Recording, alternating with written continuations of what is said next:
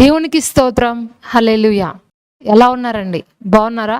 మరొకసారి ఇది మీ అద్భుత సమయము అనే ఈ లైవ్ కార్యక్రమం ద్వారా మిమ్మల్ని అందరినీ కలుసుకునే కృపను పరిశుద్ధాత్మ దేవుడు నాకు అనుగ్రహించారు. అందును బట్టి ప్రభువుని నేను ఎంతగానో స్తుతిస్తున్నాను.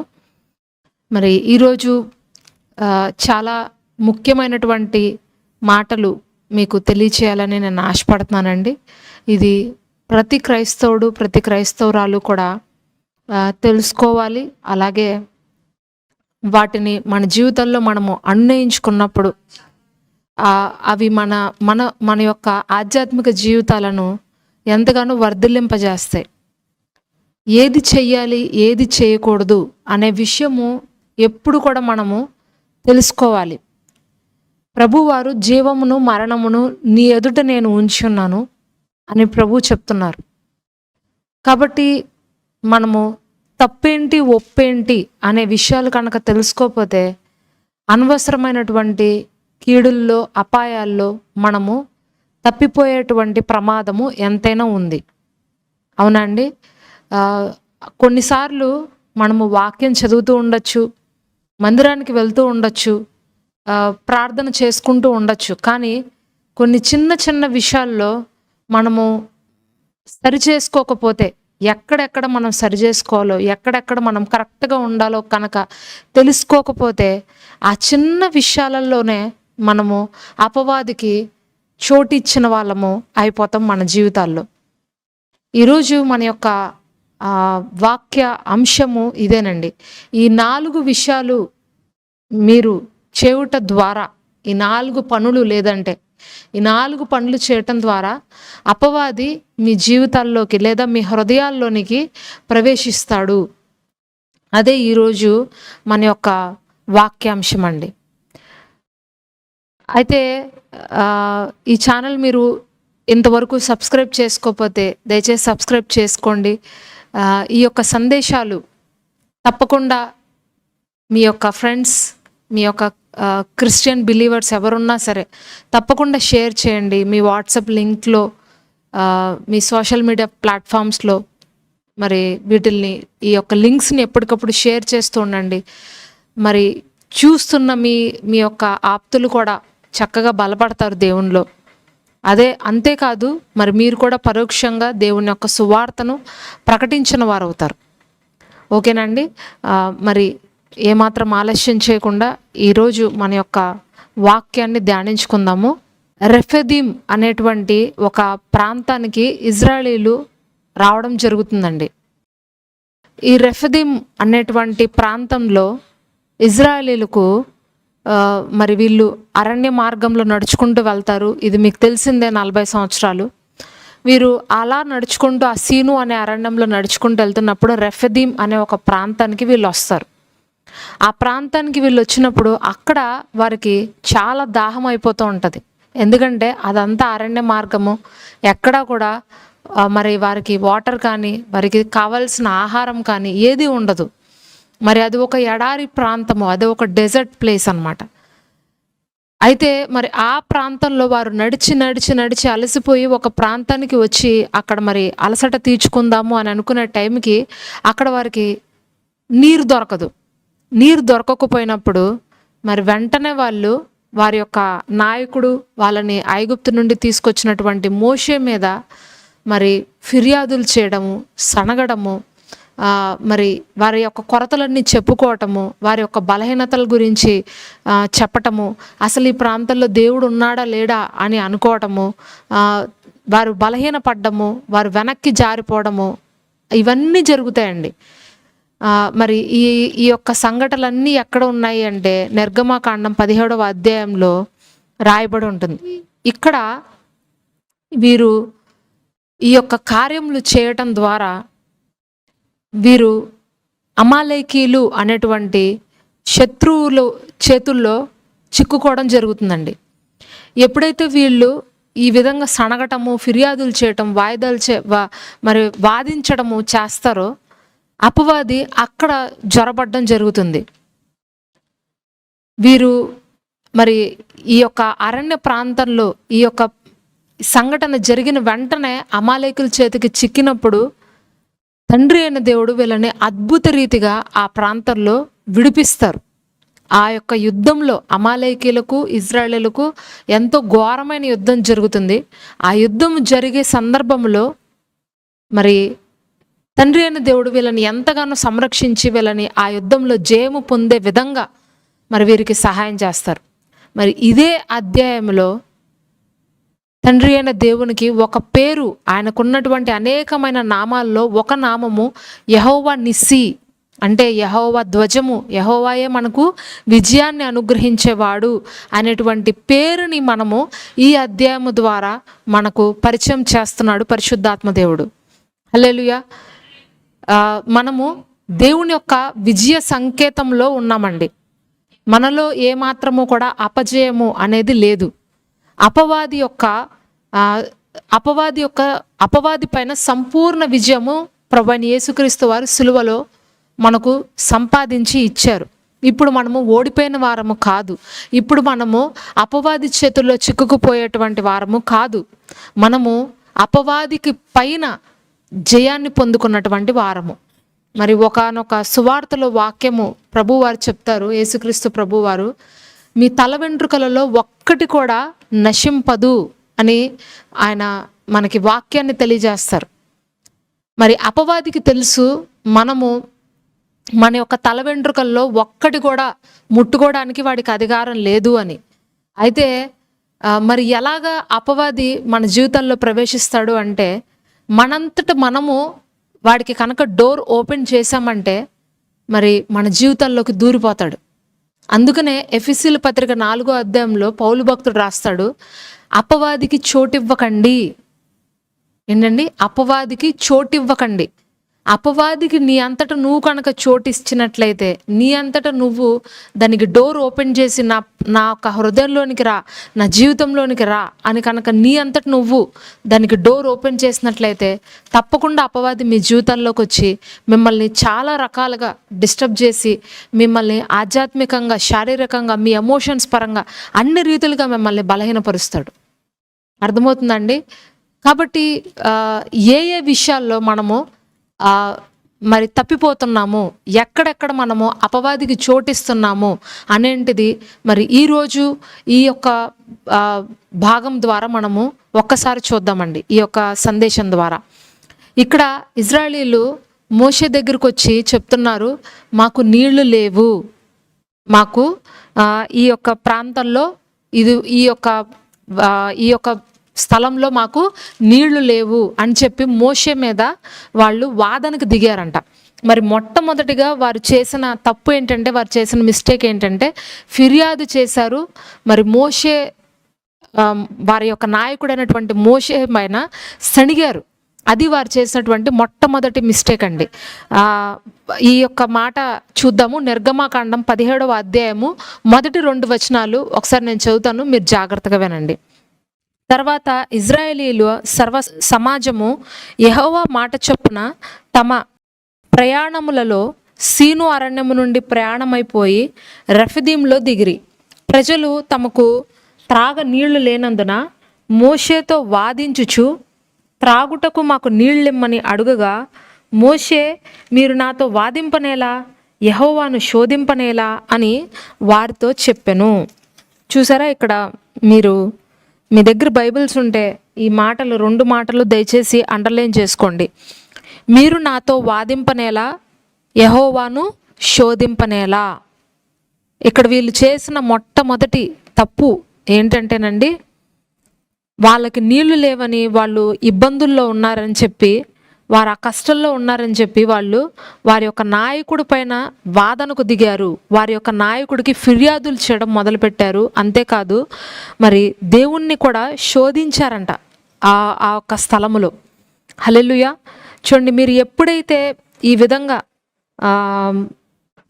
మరి ఫిర్యాదులు చేయటం ప్రారంభిస్తారో, సణుగుతారో, మీ జీవితంలో మరి మీకు కలుగుచున్నటువంటి కొన్ని శోధనకరమైనటువంటి పరిస్థితుల ద్వారా కావచ్చు, కొన్ని ఇబ్బందులు కలిగించే పరిస్థితుల ద్వారా కావచ్చు, మీరు ఫిర్యాదులు చేయడం ప్రారంభించినప్పుడు అపవాది మీ జీవితాల్లో చాలా సులభముగా మరి మిమ్మల్ని మీ యొక్క హృదయాల్లోనికి ప్రవేశిస్తాడండి. చూడండి, మనకి కొన్నిసార్లు మన జీవితంలో కొన్ని శోధన కలిగించే పరిస్థితులు ఏర్పడతాయి. అయితే అప్పటి వరకు కూడా మన జీవితంలో మనము ఎన్నో అద్భుతాలు చూసి ఉంటాం. ఎన్నో మరి మహత్కార్యాలు మన జీవితంలో మనము ప్రభు అయిన యేసుక్రీస్తు వారి ద్వారా మనము పొందుకొని ఉంటాము. అయినప్పటికీ కూడా మరి ఒక చిన్నది ఏదో మన జీవితంలో మనకు ఒక చిన్న శోధన ఎదురవుతుంది. ఫర్ ఎగ్జాంపుల్, మీకు ఒక అనారోగ్య సమస్య రావచ్చు, లేకపోతే కుటుంబంలో ఒక చిన్న ఫైనాన్షియల్ ప్రాబ్లం కలగచ్చు. మరి ఎవ్రీ మంత్ మరి మీరు రెంట్ కట్టుకునే కెపాసిటీ మీకు ఉంది, కానీ ఈ మంత్ మీకు రెంట్ కట్టుకోలేకపోతున్నారు. ఈ మంత్ మీ చేతుల్లో డబ్బు లేదు, సరైనంత డబ్బు లేదు. మరి మీ పిల్లల ఫీజులు ఆగిపోయి ఉండొచ్చు, మీ రెంట్ ఆగిపోయి ఉండొచ్చు, మరి మీరు కట్టవలసినటువంటి ఆ ఒక ఇన్స్టాల్మెంట్ కావచ్చు, మరి ఆ బకాయిలు కావచ్చు, ఈ నెల కాస్త ఆలస్యం అయ్యి మరి ప్రతి నెల వారు తీసుకుంటున్న వాళ్ళు మీరు కడుతున్నప్పుడు వాళ్ళు మౌనంగా ఉంటారు. మీరు ఒక్క నెల ఆపితే మీ దగ్గరకు వచ్చి వాళ్ళు మిమ్మల్ని ఏదో దొంగల్లాగా, మీరేదో వాళ్ళకి ఎప్పటి నుండో మీకు డబ్బు ఇవ్వనట్టుగా మరి వాళ్ళు మీ దగ్గరకు వచ్చి మిమ్మల్ని ఒక మాట అనేసి వెళ్ళిపోతారు. ఏంటండి ఈ నెల మాకు డబ్బు ఇవ్వలేదేంటి? ప్రతి నెల 5 కల్లా మీరు డబ్బు పంపించేస్తారు కదా, ప్రతి నెల 10 తారీఖుల కల్లా మీరు డబ్బు వేస్తారు కదా, మాకేంటి ఈ నెల డబ్బు వేయలేదు అని చెప్పి మిమ్మల్ని ఒక మాట అనేస్తారు. అన్న వెంటనే మీకు మనసులో చిక్కుమని అనిపిస్తుంది.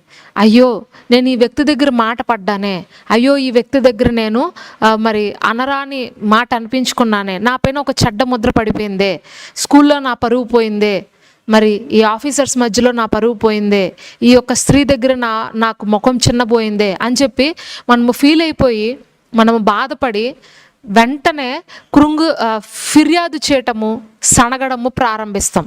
అనుకుంటాము, దేవుడేంటి నా జీవితంలో ఇట్లా చేస్తున్నాడు, మరి నేను వీళ్ళ దగ్గర ఇలా మాట అనిపించుకునేలాగా ప్రభు నాకెందుకు ఇలాంటి సిచ్యువేషన్లో నన్ను నడిపిస్తున్నాడు.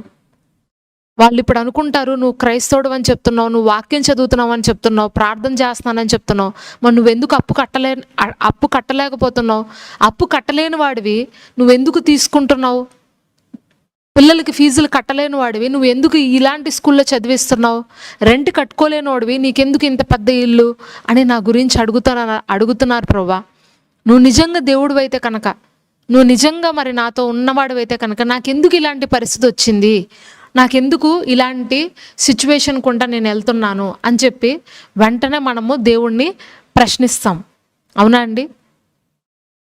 అయితే మీరు ఎప్పుడైతే అలా దేవుడి పైన మరి మీ యొక్క పైన ఉన్న వారిపైన సనగడం ప్రారంభిస్తారో, వాదన చేయడం ప్రారంభిస్తారో, అపవాది సులభంగా మీ జీవితాల్లోకి వస్తాడండి.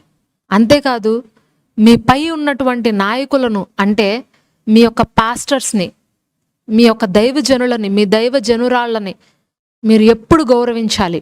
వాళ్ళని ఎప్పుడు మీరు బాధ పెట్టకూడదు.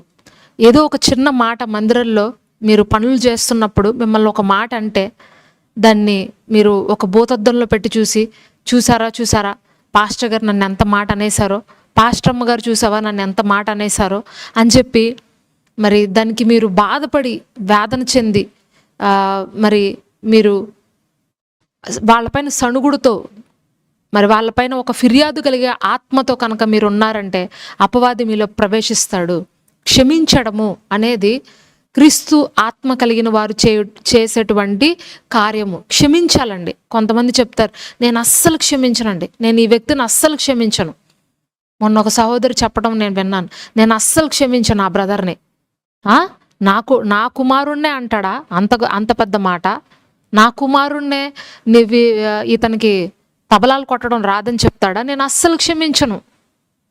ఎంత ధైర్యము నా కుమారుణ్ణి అనడానికి, ఎంత ధైర్యమో నా కుమారుడికి ఇది రాదు, ఈ విద్య రాదు అని చెప్పటానికి.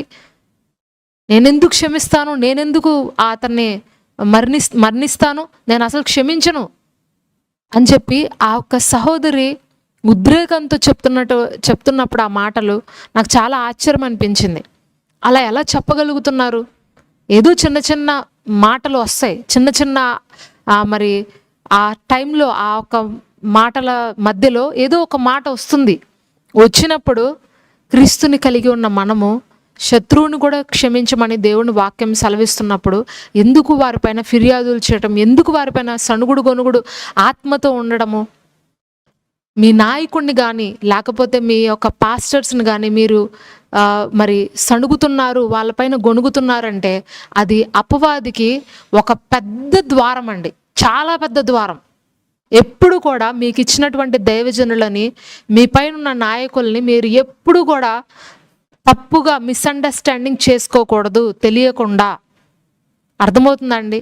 వాళ్ళు ఒకవేళ మీ యొక్క జీవితంలో ఏదైనా తప్పు చేస్తుంటే, ఏదైనా మీకు అన్యాయం చేసుంటే దాన్ని దేవుడి చేతులకు అప్పగించండి. అంతేగాని ఒకవేళ వాళ్ళు కనుక మీ జీవితంలో నిర్దోషంగా ఉన్నట్లయితే, మీ జీవితంలో జరిగినటువంటి అన్యాయానికి వారికి ఏమాత్రం సంబంధం లేకుండా కనుక ఉండి మీరు వారిని మిస్అండర్స్టాండింగ్ చేసుకుంటే అపవాది మీ జీవితంలో దూరిపోవడానికి ఇది ఒక పెద్ద బిగ్ డోర్ అండి.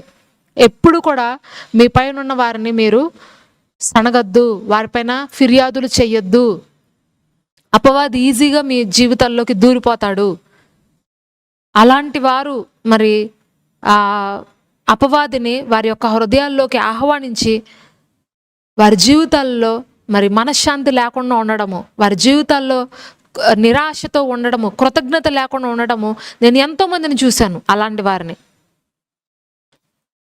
కాబట్టి మరి ఇక్కడ ఈ ఇజ్రాయేలీలు చేసింది కూడా అదే పని. ఏదో ఒక చిన్న మిస్టేక్ అక్కడ జరిగిందండి. అది మోషే తప్పు కాదు కదా. నీళ్లు లేకపోవడము అనేది మోషే తప్ప చెప్పండి?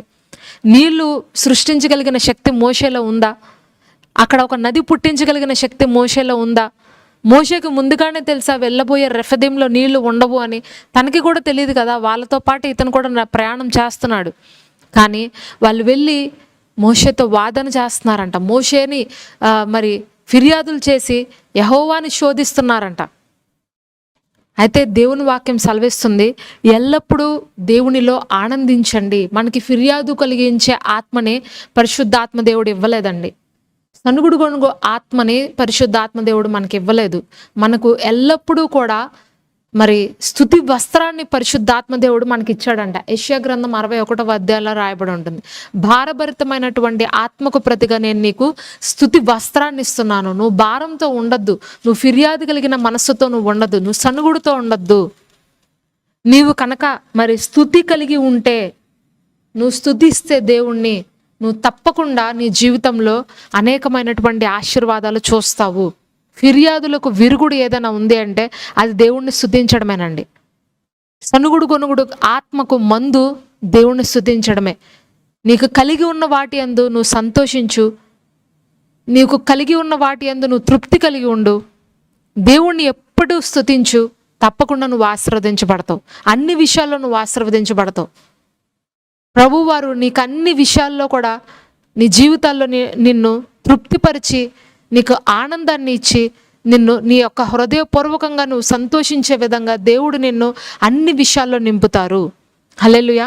మరి రెండవ మాట అండి, ఇదే నిర్గమాకాండము 17వ అధ్యాయము 3వ వచనం చూద్దాము. నిర్గమాకాండం 17వ అధ్యాయము 3వ వచనం. అక్కడ ప్రజలు నీళ్లు లేక దప్పికగొని మోషే మీద సణుగుచు, ఇదెందుకు? మమ్మును మా పిల్లలను మా పశువులను దప్పిచేత చంపుటకు ఐగుప్తులో నుండి ఇక్కడికి తీసుకొని వచ్చితిరి అనిరి. హల్లెలూయా. చూడండి, ఇక్కడ వ్రాయబడింది ఈ మాట. అక్కడ ప్రజలు నీళ్లు లేక దప్పికగొని మోషే మీద సణుగుచు. నీళ్లు లేక అనే మాటను మీరు అండర్లైన్ చేసుకోండి. నీళ్లు లేవంట వాళ్ళకి. చూడండి, వాళ్ళు దేనిపైన దృష్టి పెడుతున్నారంటే వారి యొక్క కొరతలపైన దృష్టి పెడుతున్నారు. వాళ్ళకి ఏది లేదో దాన్ని చూసుకుని వాళ్ళు మరి మోషే మీద సనగడం స్టార్ట్ చేశారంట. ఇది రెండవ తప్పండి మన జీవితంలో. చూడండి, మీ దగ్గర ఏది లేదో దాని మీద దృష్టి పెట్టేలాగా అపవాది మిమ్మల్ని ప్రేరేపిస్తాడు. మీకు ఏది కొరతగా ఉందో, మీ జీవితంలో ఏది మీకు మరి లేమిలో ఉందో దానిపైన దృష్టి పెట్టేలాగా అపవాది మిమ్మల్ని ఎప్పుడు కూడా మరి ప్రేరేపణ కలిగిస్తాడు. నీ దగ్గర ఇది లేదు, నీ దగ్గర ఇది లేదు, నీ దగ్గర ఇది లేదు. నిజంగా దేవుడు అనేవాడు ఉంటే నీకెందుకు ఇది ఇవ్వట్లేదు, నీకెందుకు గర్భఫలం ఇవ్వట్లేదు, నీకెందుకు వివాహం జరగట్లేదు, నీకెందుకు మరి ఉద్యోగం రావట్లేదు, నీ ఎందుకు బిజినెస్లో నీకు లాభాలు కలగట్లేదు, నీ సంఘంలో ఎందుకు మరి ఆత్మలు సంపాదన జరగట్లేదు అని చెప్పి మీకు ఏది లేదో, మీకు ఏది కొరతగా ఉందో దానిపైనే మీ దృష్టి పెట్టేలాగా అపవాది మరి మీ పైన ఒక బాణాన్ని విసురుతాడండి. చూడండి ప్రియమైన సోదరి సోదరులారా, ఎప్పుడు కూడా మనకి ఏది లేదో దానిని బట్టి మనము సనగకూడదంట. దేవుడి పైన ఏది లేదో దాన్ని చూసుకొని మనము నిరాశ చెందకూడదంట. నీకు కలిగి ఉన్న దానిని బట్టి నువ్వు దేవుణ్ణి స్తుతించు. మరి వారి జీవితంలో మరి వాళ్ళు ఎన్నో గొప్ప గొప్ప కార్యాలు చూసుకుని వచ్చారు. మరి వాళ్ళు మోషేతో వచ్చినప్పుడు ఎర్ర సముద్రం 2 పాయలుగా చీల్చబడింది. ఐగుప్తులో ఉన్నప్పుడు మరి మోషే అహరోన్లు కలిసి 10 అద్భుతాలు చేసి మరి అక్కడ తెగుళ్ళు తీసుకొచ్చినప్పుడు వాళ్ళ కల్లారా చూశారు. ఆ ఐగుప్తు అంతా నాశనమైంది. కానీ ఇజ్రాయేలీలు ఆ గోషేను ఆ దేశంలో ఉన్నప్పుడు, ఆ ప్రాంతంలో ఉన్నప్పుడు ఆ ఊరంతా కూడా కాలుతుంది, ఆ ఊర్లో అంతా తెగులు వస్తుంది, ఆ ఊర్లో ఉన్న పిల్లలందరూ చచ్చిపోతున్నారు, మగపిల్లలు, మొట్టమొదటి పిల్లలు. కానీ ఈ ఇజ్రాయేలీలు ఉన్న ప్రాంతంలో మాత్రము ఒక్క తెగులు రావట్లా, మరి ఒక్క కీడు అపాయము రావట్లా, మరి బిడ్డలు చనిపోవట్లేదు, వీరందరూ కూడా సమృద్ధిలోనే ఉంటున్నారు. ఇన్ని అద్భుతాలు చూసిన వీరు ఒక్క ప్రాంతంలో నీళ్లు లేవు అనే ఆ కొరత, ఆ చిన్న కొరతను పట్టుకొని వాళ్ళు ముందుకు సాగలేకపోతున్నారు. హల్లెలూయా. మీరు ఎప్పుడైతే శారీరకంగా మరి మీ యొక్క భావోద్వేగాలతో, అంటే మీ ఎమోషన్స్లో మీరు కొరత కలిగి ఉంటారో అక్కడ అపవాది మీ జీవితంలో ప్రవేశిస్తాడు, మిమ్మల్ని వెనక్కి వెళ్ళిపోయేలాగా చేస్తాడు ఆధ్యాత్మిక జీవితంలో. అర్థమవుతుందండి? ఎక్కడ మీరు కొరత కలిగి ఉన్నారో, మరి యేసుక్రీస్తు ప్రభువు వారు కూడా ఆకలి కొని ఉంటారంట. ఎక్కడ? అరణ్య ప్రాంతంలో ఉపవాసం 40 దినాలు పగలు రాత్రి ఆయన ఉపవాసం చేసి ఆకలి కొని ఉన్నప్పుడు అపవాది వెళ్ళి అంటాడు, నువ్వెందుకు ఇంత ఆకలితో బాధపడుతున్నావు, ఈ రాళ్లను తీసుకుని రొట్టెలుగా మార్చుకొని తినేవచ్చుగా అని చెప్తాడు. అప్పుడు యేసుక్రీస్తు ప్రభువు వారు అంటారు, మనుష్యుడు రొట్టె వల్ల మాత్రం కాదు, దేవుడి నోట నుండి వచ్చే ప్రతి మాట వలన జీవిస్తాడు. హల్లెలూయా. చూడండి, అపవాది మీ దగ్గరికి వస్తాడు, నీకు ఇది లేదు, నీకు ఇది లేదు, నీకు ఇది లేదు అని అంటాడు అస్తమానం మిమ్మల్ని. అర్థమవుతుందండి? మీకు ఏది లేదో అదే పాయింట్ అవుట్ చేసి చెప్తాడండి. మీ బంధువుల ద్వారా వస్తాడు అపవాది. అంటాడు, చూడు నువ్వు దేవుడు దేవుడు దేవుడు అని నమ్ముకున్నావు, ఇంతవరకు గర్భఫలం లేదే అని అంటాడు. మరి మీ యొక్క భర్త గారి ద్వారా వస్తారు, నువ్వు దేవుడు దేవుడు దేవుడు అని ప్రార్థన ఉపవాసం అని చెప్పి మందిరాలు అని చెప్పి తెగ తిరుగుతున్నావు, నీకు ఈ రోగం తగ్గదే, ఈ రోగంలోనే నువ్వు ఉండిపోతున్నావే అని చెప్పి మీ భర్త గారి ద్వారా మిమ్మల్ని శోధిస్తాడు. మీ అత్త మామల ద్వారా మిమ్మల్ని శోధిస్తారు. నువ్వు ప్రభువు అని వెనక వెళ్తున్నావు, ఆయన యొక్క ధ్యానంలోనే నువ్వు నీ యొక్క దినమంతటిని గడుపుచున్నావు కదా. మరి నీ జీవితంలో ఈ ఒక్క కార్యము ఎందుకు జరగట్లేదు, దానికి నువ్వు సమాధానం చెప్పు. 10 సంవత్సరాలైంది వివాహమై, 12 సంవత్సరాలైంది వివాహమై, ఇంతవరకు మాకు ఒక్క వారసుని కూడా నువ్వు ఇవ్వలేకపోయావు, కాబట్టి నువ్వు మాకు కోడలుగా పనికిరావు, మాకు కుమార్తెగా పనికిరావు అని చెప్పి వాళ్ళు ఆ ఒక్క మాట అన్నప్పుడు దానిని బట్టి చాలామంది స్త్రీలు కృంగిపోతారండి. అయ్యో నా జీవితం ఏంటి ఇట్లా అయిపోతుంది, అయ్యో నా బ్రతికేంటి ఇట్లా అయిపోతుంది, నేను ఎందుకు మరి ఒక పనికిరాని స్త్రీ వల్లే నేను ఉండిపోయానే, నేను ఎంతోమందికి భారంగా ఉండిపోయానే, నేను ఎంతోమందికి మరి గుదిబండలాగా అయిపోయానే, నా జీవితం ఏంటి ఇట్లాగా మూడుబారిపోయింది, ఎండిపోయిన స్థితిలో ఉందని చెప్పి వాళ్ళే నిరాశలో కృంగుదలలోకి వెళ్ళిపోతారండి. అవునండి, ఎంతమంది ఇలాంటి పరిస్థితుల్లో మరి మీరు జీవిస్తున్నారు? ప్రభువైన యేసుక్రీస్తు వారు చెప్తున్నారు, అపవాది నీ దగ్గరికి వచ్చినప్పుడు వాక్యముతో నువ్వు వాడిని ఎదిరించు యేసు నామంలో, అప్పుడు వాడు నీ దగ్గర నుంచి పారిపోతాడు. దేవునికి లోబడండి, అపవాదిని ఎదిరించండి, అప్పుడు వాడు మీ వద్ద నుండి పారిపోతాడు. దేవునికి లోబడాలి మనం. దేవుని యొక్క వాక్యం అనేటువంటి ఖడ్గము తండ్రి అయిన దేవుడు మనకు అనుగ్రహించారు. అపవాది నీ దగ్గరికి వచ్చినప్పుడు నీ బంధువుల ద్వారా కావచ్చు, నీ భర్త ద్వారా కావచ్చు, నీ పిల్లల ద్వారా కావచ్చు, నీ అత్తమామల ద్వారా కావచ్చు, నీ దగ్గరకు వచ్చి నీ లేమిని, నీ కొరతను ఎత్తి ఎత్తి చూపిస్తున్నప్పుడు నువ్వు చెప్పాలి, లేదు దేవుడు నాకు సమృద్ధినిచ్చాడు.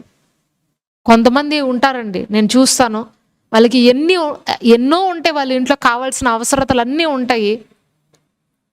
మరి ఎవరింటికైనా వెళ్తున్నా, లేకపోతే ఎవరి దగ్గరికైనా వెళ్తున్నా ఏమీ లేనట్టుగా, మరి ఎంతో పేదవారిగా మరి వాళ్ళు పిచ్చి బట్టలు వేసుకొని, సామాన్యమైన బట్టలు వేసుకొని మరి వెళ్తుంటారు. మాకేమీ లేదు, మేము ఇంకా మిడిల్ క్లాస్ ఫ్యామిలీగానే ఉన్నాము, మా యొక్క జీవితం ఇంతే అన్నట్టుగా మరి కొంతమంది వాళ్ళు అలాగ వారి యొక్క పై రూపాన్ని చాలా మరి ఇతరులకు బాధ కలిగించే విధంగా, అయ్యో పాపము అనే విధంగా వారి యొక్క వస్త్రధారణ వేసుకుని వెళ్తారు. చూడండి ప్రియమైన సోదరి సోదరులారా, ఇక్కడ పరిశుద్ధాత్మ దేవుడు చెప్తున్నారు, క్రీస్తులో మనకు సర్వ సమృద్ధి ఇవ్వబడింది. మీరు క్రీస్తులో ఆయన సమృద్ధిని ఎంతగా ధ్యానిస్తారో అంతగా మీరు సంతృప్తి చెందుతారు. హల్లెలూయా. మీరు ఆయన ఇచ్చు సమృద్ధిని గురించి మీరు ఎల్లప్పుడూ ధ్యానించాలంటండి. మీకు ఆయన ఇచ్చుచున్నటువంటి ఆ యొక్క సమృద్ధిని, ఏ విషయంలో మీరు ఎంతవరకు సమృద్ధి కలిగి ఉన్నారో దానిని బట్టి మీరు ప్రభువుని స్తుతించినప్పుడు అంట మీరు సంతృప్తి కలిగిన జీవితాన్ని కలిగి ఉంటారండి. అపోస్తులుడైనటువంటి పౌలు శీలల్ని భయంకరంగా కొట్టి చెరసాల్లో వేసేస్తారు. వేసినప్పుడు వాళ్ళు ఆ యొక్క పౌలు శీలలు ఆ చెరసాల్లో కూర్చున్నప్పుడు కూడా, ఆ సంకెళ్ళను చేతులకు కట్టుకొని ఉన్నప్పుడు కూడా, చేతులకు బిగించినప్పుడు కూడా ఆ సంకెళ్ళతోనే చప్పట్లు కొడుతూ ప్రభువుని స్తుతించినప్పుడు అంట చెరసాల పునాదులు అదిరిపోయి అక్కడ భూకంపం వచ్చి చెరసాల్లో ఉన్నటువంటి ప్రతి ఖైదీ యొక్క తలుపులు యొక్క గడియలన్నీ కూడా వాటంతటా అవే విరగ్గొట్టబడ్డాయంట యేసునామంలో. హల్లెలూయా. చూడండి, మరి స్తుతిలో ఉన్న శక్తి అంత గొప్పది. వారికి దెబ్బలు తగిలినాయని, వారు బాధలో ఉన్నారని వారు దేవుణ్ణి విడిచిపెట్టలేదు. వారు కష్టంలో ఉన్నారని వాళ్ళు దేవుణ్ణి విడిచిపెట్టలేదు. నాకు ఇది లేదు కదా అని వాళ్ళు దేవుణ్ణి విడిచిపెట్టల. ఎక్కడ ఉన్నా కూడా వాళ్ళు దేవుణ్ణి స్తుతించడం నేర్చుకున్నారు. దేవుడు వాళ్ళకి ఇచ్చిన ఆ ఒక్క సంతోషము అనేది ఒక గొప్ప సమృద్ధి అండి. అదొక పెద్ద ధననిధి. తెలుసా మీకు ఆ విషయము? క్రీస్తులో సంతోషము అనేది ఒక పెద్ద ధననిధి.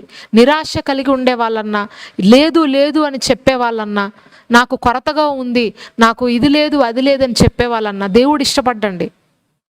ఏది ఉన్నా లేకపోయినా సరే, ద్రాక్ష తోటలు ఫలించినను ఫలించకపోయినను, చెట్లు పూసినను పూయకపోయినను, నేను ప్రభువు అయిన యెహోవా యందు ఆనందిస్తాను అని అన్నాడు హబక్కూకు ప్రవక్త. ఎలా ఉన్నా సరే ప్రభువులో ఆనందించండి. ఏ విధంగా ఉన్న మీ పరిస్థితి ప్రభువులో ఆనందించండి. క్రీస్తులో ఉన్న సమృద్ధిని బట్టి ఎల్లప్పుడూ కూడా దానిని మీరు ధ్యానించండి. మీరు ఎంతగా మరి క్రీస్తు యొక్క సమృద్ధిని ధ్యానిస్తారో అంతగా మీరు క్రీస్తులో సంతృప్తి కలిగినటువంటి జీవితాన్ని కలిగి ఉంటారు. మీ యొక్క కొరతలు, మీ యొక్క బాధలకు బదులుగా దేవుడు మీకు గొప్ప సమృద్ధిని ఇస్తారు. అపవాదిని జయించడానికి ఒకే ఒక్క ఆయుధము దేవునిలో సంతోషించడము. కొరతలను బట్టి నిరాశ చెందద్దు, కానీ దేవుడిచ్చిన సమృద్ధిలో మీరు సంతోషించి చూడండి. మీ యొక్క కొరతలన్నీ దేవుడు అతి త్వరలోనే పూడ్చివేసి మిమ్మల్ని ఎక్కడ మీరు కొరత కలిగి ఉన్నారో, ఎక్కడ మీరు లేమి కలిగి ఉన్నారో అక్కడే తిరిగి మీరు ఐశ్వర్యవంతులుగా దేవుడు మిమ్మల్ని చేస్తారు. హల్లెలూయా. మరి ఇంకొక మాట సందేహము. వీళ్ళు సందేహించారంట. ఇదే నిర్గమకాండము 17వ అధ్యాయంలో 7వ వచనం చూద్దాము. నిర్గమకాండము 17వ అధ్యాయము 7వ వచనం. అప్పుడు ఇజ్రాయేలీలు చేసిన వాదమును బట్టి యెహోవా మన మధ్య ఉన్నాడో లేడో అని వారు యెహోవాను శోధించుటను బట్టి అతడు ఆ చోటికి మస్సా అనియు మెరీబా అనియు పేర్లు పెట్టెను. చూడండి, ఇక్కడ వీళ్ళకి ఒక సందేహం వచ్చిందంట. ఏంటా సందేహం? యెహోవా మన మధ్య ఉన్నాడో లేడో అని వారికంట ఒక సందేహం కలిగిందంటండి. దానిని బట్టి వాళ్ళు యెహోవాను శోధించారంట. అప్పుడు మోషే దానికి మస్సా అని పేరు పెట్టాడంటండి. మస్సా అనే దానిపైన ఒక నెంబర్ వేశాడు, ఫుట్ నోటు శోధించారంట. 2 మెరీబా అనే మాటకు అర్థము వాదము. వాళ్ళు శోధించి అక్కడ వాదన చేశారంట. మనతో పాటు అసలు దేవుడు ఉన్నాడా లేడా అనే ఒక సందేహం వాళ్ళలోకి వచ్చేసిందంట. చూడండి, అపవాది మీరు ఎప్పుడైతే సందేహపడతారో దేవుడు ఉన్నాడా లేడా అనేటువంటి అనుమానము, సందేహము మీలో ఎప్పుడైతే కలుగుతుందో అప్పుడు అపవాది మీ జీవితాల్లో చాలా సులభంగా ఎంటర్ అవుతాడండి. ఇది మరొక ఇది మనం చేసేటువంటి తప్పుల్లో ఇది మరొక ప్రధానమైనటువంటి తప్పు. సందేహము అనేది క్రైస్తవులకు ఉండకూడదు. అర్థమవుతుందండి? సందేహపడే వాళ్ళని దేవుడు ఇష్టపడడు. సందేహపడే వాళ్ళని దేవుడు మరి అవిశ్వాసంగా ఉండే వాళ్ళని, అవిశ్వాసులు దేవునికి ఎప్పటికీ కూడా దేవునికి ఇష్టలుగా ఉండలేరంటండి. అందుకనే ప్రభువైన యేసుక్రీస్తు వారు ఆయన స్వస్థపరచడానికని వచ్చినప్పుడు నువ్వు నన్ను నమ్ముతున్నావా అని అడిగేవారండి. ఒక మాట అడిగేవారు, నువ్వు నన్ను నమ్ముచున్నావా?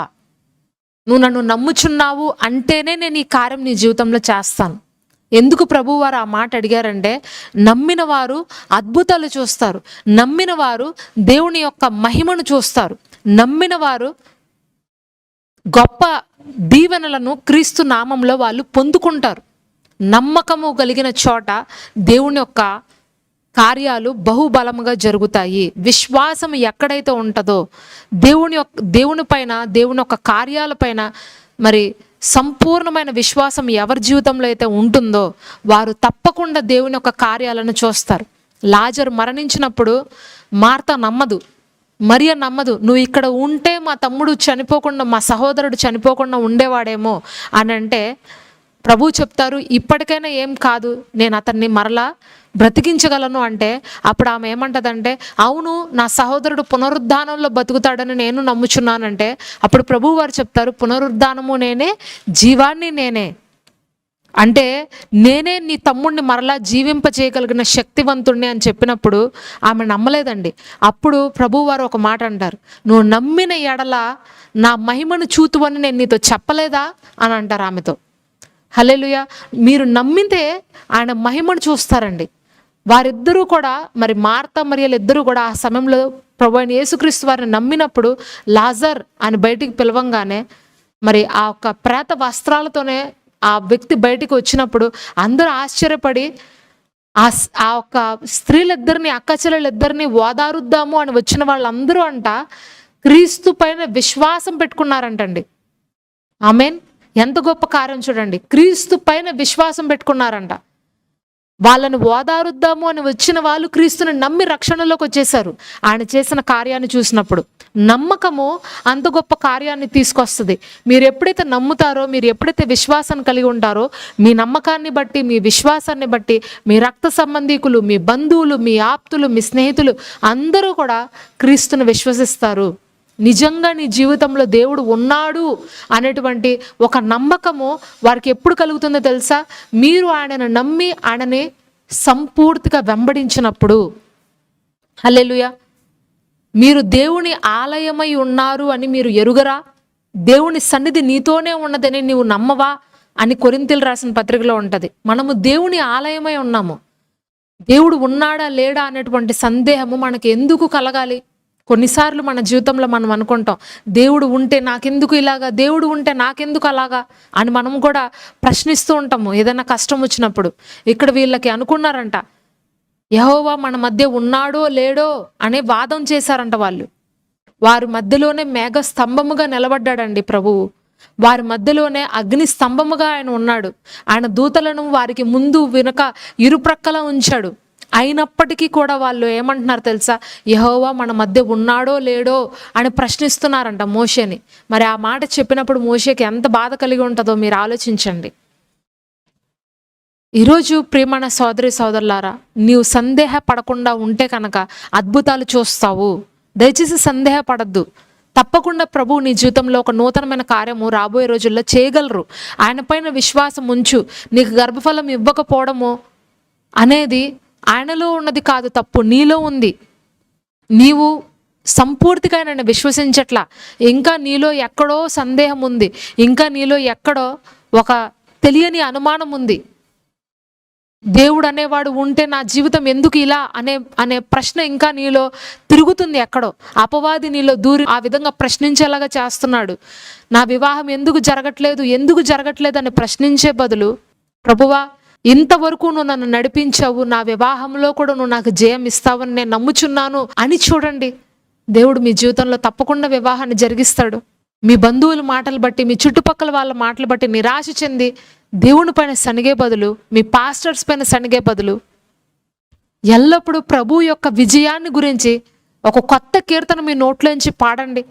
మీరు ఎంతగా పాటలు పాడి ఎంతగా మీరు ఆయన స్తుతిస్తారో అంతగా మీరు విజయాన్ని పొందుకుంటారంట యేసు నామంలో. హల్లెలూయా. కొత్త కీర్తన యెహోవా నా నోట ఉంచను అని దావీదు భక్తుడు చెప్తున్నాడు.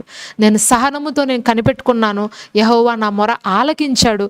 నాశనకరమైన గుంటలో నుండి, జిగటగల దొంగ ఊబిలో నుండి ఆయన నన్ను పైకి లేవనెత్తాడు. కాబట్టి యెహోవా నా నోట్లో ఒక కొత్త కీర్తన పాడటానికి నాకు అవకాశం ఇచ్చాడు. దేవుని యొక్క కార్యాలను గురించి మీరు వివరిస్తూ పాటలు పాడండి, ప్రభువుని స్తుతించండి. తప్పకుండా ప్రభు మీ యొక్క జీవితంలో ఎక్కడెక్కడైతే మీరు కొదువు కలిగి ఉన్నారో అవన్నిటినీ ప్రభు వారు పూడుస్తారు. హల్లెలూయా. మరి 4వ తప్పు అలసట చెందారంటండి. వీళ్ళు అలసిపోయారంట.